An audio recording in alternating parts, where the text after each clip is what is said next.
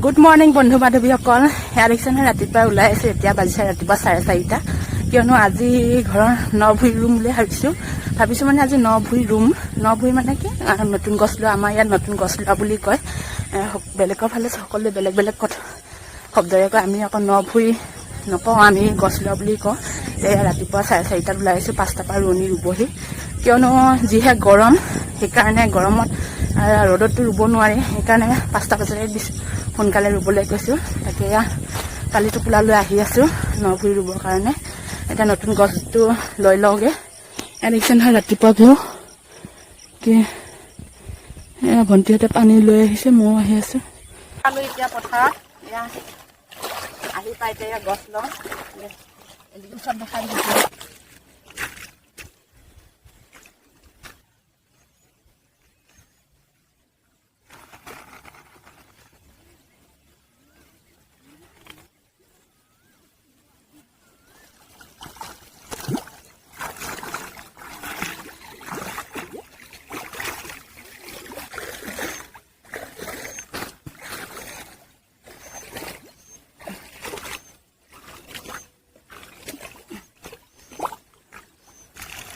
ন ভুই এতিয়া ৰুলো। ৰোৱনী আহি আছে, দেখাই এতিয়া ৰুই আছো। আপোনালোকে কেনেকুৱা নিয়ম কৰে জনাবচোন। আমাৰ নিয়ম এনেকৈ ৰুই ইয়াত ন ভুই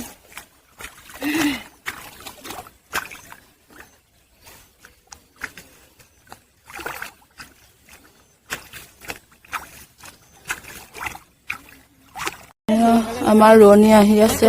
5টা বজাত ৰোৱনী আহি ৰেডি হ'ল। পিছফালেও আহি আছে ৰোৱনী। গছ লৈ আহি পালো এতিয়া। এয়া দেখিছে নহয়, আজি গছ লোৱাৰ একদম পিয়ৰ বস্তু এয়া উলিয়াই আছো। বৰা চাউলৰ মদ অকণমান বনাইছিলো এয়া কেঁচা মদ। এয়া তাকে এতিয়া উলিয়াবলৈ আহিছো। এয়া দেখিছে নহয়, মই বেছি কৰা নহয়, এয়া 2-3 কেজিমান বৰা চাউলৰ মদ এয়া বনাই থৈ দিছিলোঁ কেঁচা মদ, আজি বিশেষ দিনটোত খাবলৈ। এয়া দেখিছে নহয় কালাৰ কেনেকুৱা হৈ আছে। এয়া দেখিছে নহয়, কাৰ খাওঁ লাগিছে বাৰু ক'বচোন।